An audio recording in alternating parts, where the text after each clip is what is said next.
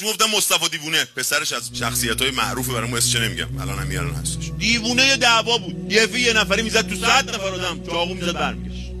اما از روز اول محرم تا آخر سفر حواسش دیگه بود. نزدیک دهه اول محرم شد، به نوچه‌هاش گفت امسال میخوام روزه بگیرم، برید معروف ترین منبری تهران رو پیدا کنی. نوچه‌ها رفتن گفتن آقا معروف ترین منبری تهران حاج احمد صاحب نفسه، از بس زیبا و خطاب درست میگه معروفه و مشهور تو مردم به صاحب نفس. گفت دعوتش کنید. رفتن در خونه. سلام علیکم. علیک السلام. ما از طرف مصطفی اومدیم. مصطفی دیوونه.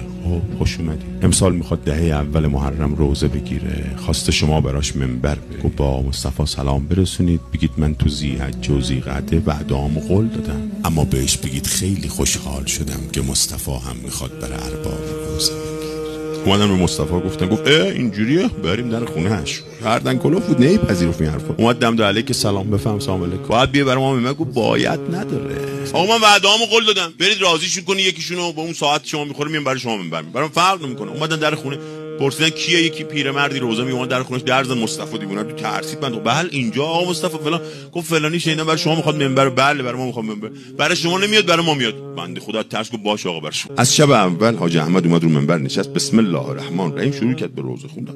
اینا هم لات بودن، گردن کلوف بودن، تکون نمیخوردن که. گفت سرشون مینداختن پایین، بعضی موقع میزنن پشت تو همین. شب اول منبر نه با تکونی نمیخورد تو. شب دوم، شب سوم، چهارم، پنجم شد، شب آخر مصطفی دیوونه اومد گفت آجی چه جوری منبر میری؟ با ادبیات خودش گفت من بلد نیستم، من اینجوری بردم صحبت کنم. گفتم امشب اگه اجازه بدی من 10 دقیقه رو قبلت برم با اینا صحبت کنم، بعد شما بهم بگو. آقا صاحب اختیار. مصطفی دیوونه اومد نشست رو پله اول منبر. گفت رفیقا لاتا گردن کلفتا، امشب شب آخره.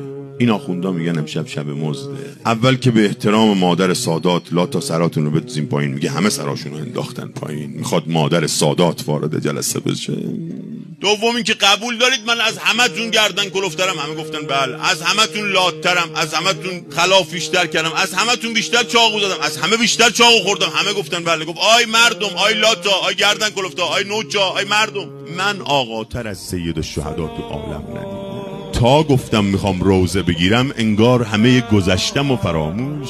آی لاتا، آی گردن کلفتا، میخوام چند دقیقه براتون حرف بزنم، بعد حاج احمد بره منبر. اینا که تو کربلا جلو سید الشهدا رو گرفتن لات نبودن، یه مش اراذل و اوباش بودن.